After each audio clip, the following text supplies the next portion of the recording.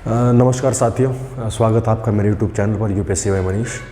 और आज मैं आपको जानकारी दूंगा नेशनल सिक्योरिटी एक्ट के बारे में। ठीक है, ये कुछ इंपॉर्टेंट आर्टिकल्स की मैं सीरीज़ बना रहा हूँ जहाँ से आप जैसे CAPF का सेकंड पेपर, उसके लिए आप आर्टिकल्स पिक कर सकते हो। किसी डिबेट के लिए भी आप कोई भी आर्टिकल पिक कर सकते हो। ठीक है, नेशनल सिक्योरिटी एक्ट का मतलब होता है राष्ट्रीय सुरक्षा अधिनियम। आपको ध्यान होगा कि अभी भी रिसेंटली अमृतपाल के ऊपर एक नेशनल सिक्योरिटी एक्ट लगा है। तो उस नेशनल सिक्योरिटी एक्ट के अंदर क्या क्या आता है, किस बुनियाद के बेस पे वो लगता है, ठीक है, आज हम इसी बारे में पढ़ेंगे। ठीक है, शुरू करते हैं। चलिए देखिए, सबसे पहले हम पढ़ते हैं NSA है क्या। ठीक है, नेशनल सिक्योरिटी एक्ट राष्ट्रीय अधिनियम कानून, राष्ट्रीय सुरक्षा अधिनियम है क्या, इसके बारे में देखिए। Empowers state to detain without a formal charge and trial, यानी कि जो स्टेट है, यानी जो कि राज्य, यहां पे स्टेट का मतलब होता है देश से, देश की सरकार से। तो सरकार क्या कर सकती है, किसी भी व्यक्ति को डिटेन कर सकती है, किसी भी व्यक्ति को हिरासत में ले सकती है विदाउट ए फॉर्मल चार्ज, बिना किसी चार्ज के। ठीक है, सिर्फ किसके बुनियाद पे, फॉर्मल चार्ज एंड ट्रायल किसकी बुनियाद पे, सिर्फ शक की बुनियाद पे किसी भी आदमी को, किसी भी इंसान को सरकार उनको हिरासत में ले सकती है। अब NSA क्या है, 1980 में NSA जो है पास हुआ था। ये एक बिल था, पास होने के बाद में जो बिल होता है उसको एक्ट कहलाया जाता है वो।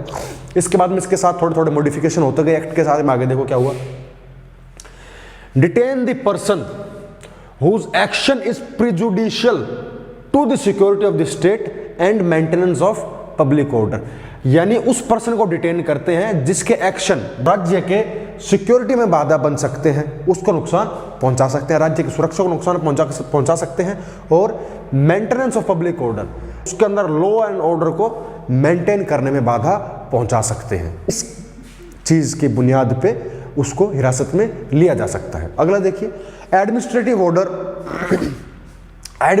ऑर्डर बाय DM यानी district magistrate, not by police और जुडिशरी फॉर दी वॉयलेशन। अब किसी को अगर आप हिरासत में ले रहे हैं, किसी के ऊपर अगर आप NSA लगा रहे हैं, तो पुलिस ऑर्डर की कोई जरूरत नहीं है, जुडिशरी की भी कोई जरूरत नहीं है। अदालत को भी नहीं कहना कि इसके ऊपर NSA लगा दो, पुलिस को भी नहीं कहना कि आपने चार्जशीट फाइल की है। अब वो तो बिना चार्ज रहा है, चार्जशीट फाइल करके कहती है पुलिस तो कि भैया ये रिपोर्ट आप ये कर दो। ठीक है, तो चार्जशीट तो फाइल ही नहीं हुई। तो उसके बाद में क्या होता है कि किसके ऑर्डर पे बनता है, सिर्फ और सिर्फ DM के ऑर्डर पे। डिस्ट्रिक्ट मजिस्ट्रेट जो अधिकतर IAS मिलेंगे उनके ऑर्डर पे क्या होगा, इस किसी भी इंसान के ऊपर NSA लगाया जा सकता है। अगला पॉइंट देखिए, works even in police custody bell.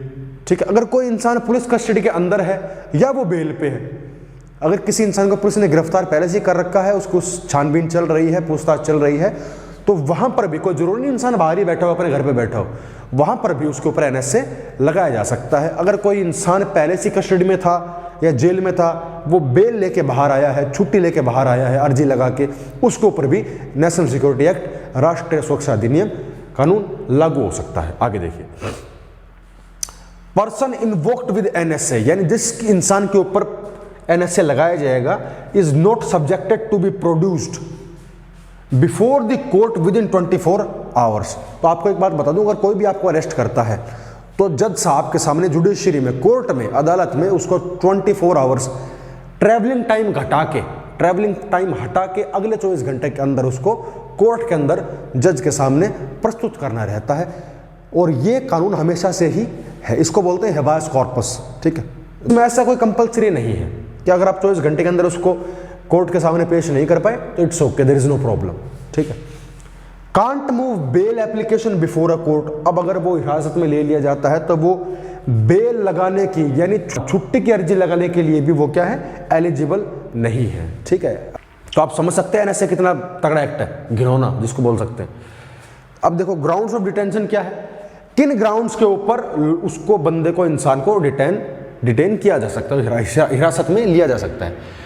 Any person acting प्रीजुडिशियल to, यानी एक ऐसा इंसान जो कि इसको खतरा हो सकता है डिफेंस ऑफ इंडिया, भारत की डिफेंस को, भारत की रक्षा को, भारत की सुरक्षा को, relation of India with any foreign nation, या भारत के किसी विदेश, किसी दूसरे देश के साथ हमारे रिश्ते हैं, अगर उनके ऊपर प्रभाव पड़ता है, बुरा प्रभाव पड़ता है, अगर वो रिश्ते अफेक्ट होते हैं, वो प्रभावित होते हैं, तो उस चीज़ के लिए भी, उस चीज़ को खतरा मानते हुए भी उस इंसान को हिरासत में लिया जा सकता है, ताकि आगे इस तरह की नौबत ना आए। अगला देखो, सिक्योरिटी ऑफ इंडिया, सेम चीज़ है, ठीक है, सुरक्षा। अगला देखो, maintenance of supply and services essential to the community. अगर कोई ऐसा इंसान जो खतरा है, किस चीज़ के लिए, कोई सप्लाई या सर्विस, ठीक है, अगर कोई बहुत ज़रूरी सेवाएं हैं, बहुत ज़रूरी माल है, या कोई भी ऐसी जो ज़रूरती लाइफ सेविंग चीज़ें हैं, ठीक है, उसको भी अगर कोई बंदा उसके लिए खतरा है, ठीक है, अगर वो बंदा बाहर होगा तो ये चीज़ें अच्छी तरीके से जनता के पास नहीं पहुंच पाएंगे। जो भी ज़रूरी चीज़ें हैं, इसेंशियल कमोडिटीज़ हैं या गुड्स एंड सर्विसेज हैं, तो उस चक्कर में भी उसको गिरफ्तार हिरासत में लिया जा सकता है। डिटेनमेंट मैक्सिमम पीरियड 12 मंथ्स।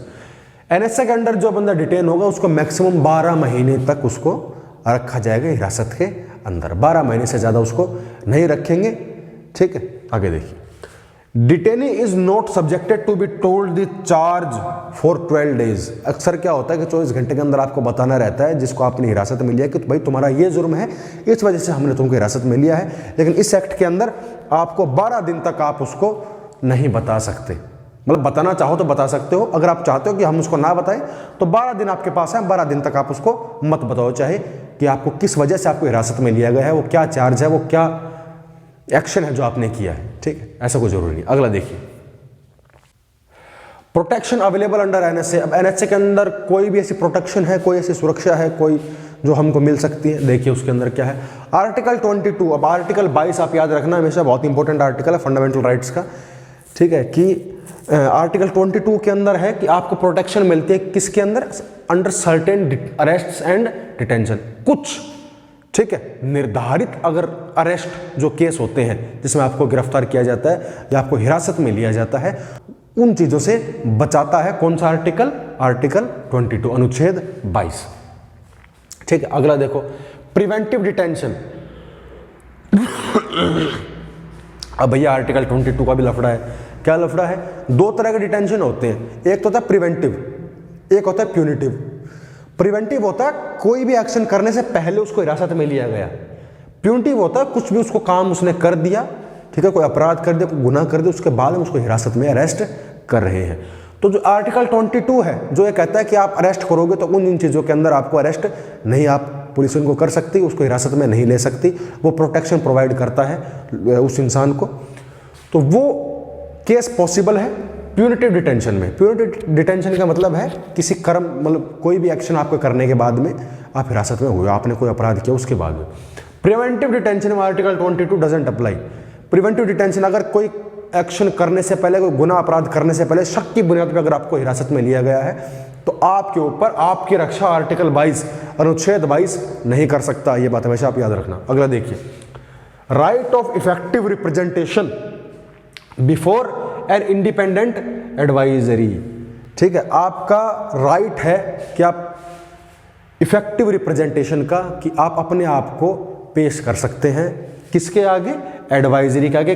स्वतंत्र एडवाइजरी होगी, एक सलाहकार, एक कमेटी होगी जिसके सामने, ठीक है, आप अपने आप को पेश कर सकते हैं। वो ये फैसला लेगी कि आप गुनहगार हैं या नहीं है। ये तब काम में आती है जब आप कोर्ट के साथ, कोर्ट में, अदालत में उस इंसान को पेश नहीं कर रहे हैं, तो उस इंसान का पेश होने का अधिकार कहाँ बनता है, इस एडवाइजरी के सामने। इस एडवाइजरी में होते कौन कौन है, इस एडवाइजरी में 3 मेंबर होते हैं, ठीक है। जो इनका चेयरमैन होता है वो कौन होता है, हाई कोर्ट का जज होता है, ठीक है। तो वो तीनों फैसला लेते हैं कि आपको हिरासत में लिया गया है तो क्या सही किया या गलत किया। आगे देखिए,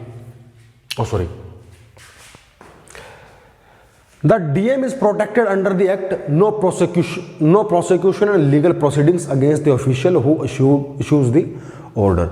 अब जो DM है वो इसके अंदर पूरी तरह से प्रोटेक्टेड है, उसको पूरी तरह से सुरक्षा मिली हुई है, उसके खिलाफ कोई भी कार्रवाई नहीं होगी। अगर ये NSA आगे झूठा भी पाया गया तो भी writ of habeas corpus, habeas corpus क्या एक रिट है, produce the body before the court within 24 hours. अब रिट, इस रिट का मतलब क्या है, हिबास कॉर्पस के रिट का मतलब ये है कि कोर्ट के सामने 24 घंटे के अंदर अंदर उस इंसान को पेश किया जाना है, उस इंसान को पेश करना पड़ेगा, ठीक है। द ओनली रेमेडी अवेलेबल, यही एक रेमेडी अवेलेबल है। अगर आपको मेरी वीडियो पसंद आई हो तो लाइक करें, शेयर करें और सब्सक्राइब करें अपने साथियों के साथ जो सरकारी नौकरी की तैयारी कर रहे हैं। और ऐसे ही हंसते रहिए, मुस्कुराते रहिए। Always respect your parents, respect your teachers and do whatever you want to do. Thank you.